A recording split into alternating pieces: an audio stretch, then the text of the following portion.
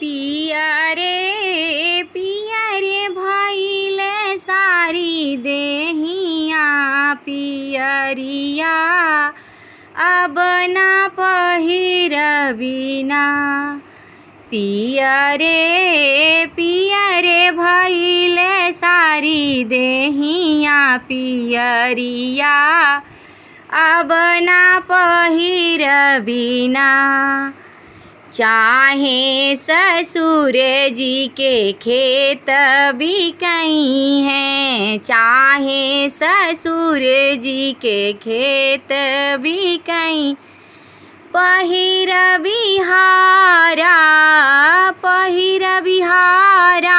रंग के सड़िया पियरिया अब ना पहिरबिना। पिया रे भइले सारी देहिया पियरिया अब ना पहिरबिना।